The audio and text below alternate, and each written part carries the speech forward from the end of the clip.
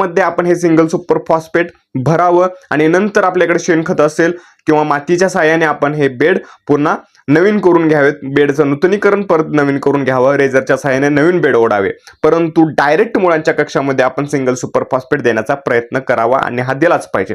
ही एक महत्त्वाची भूमिका आपण या ठिकाणी निभावली पाहिजे, जेणेकरून एक समान फुटीसाठी याचा देखील फायदा होतो।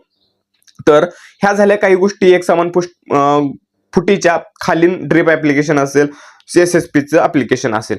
तर मित्रांनो, आता आपल्याला एक समान फुटीसाठी वातावरणामध्ये काही बदल करता येईल का? शक्य असेल तर तुम्ही शेडनेट वगैरे ह्या गोष्टी काही जणांना शक्य असेल, खर्चिक बाब आहे, परंतु तुम्ही करू शकता। पण त्याही पेक्षा स्वस्तातली बाब म्हणजे आपल्याकडे फवारण्यासाठी ट्रॅक्टर आहे, ब्लोअर आहे।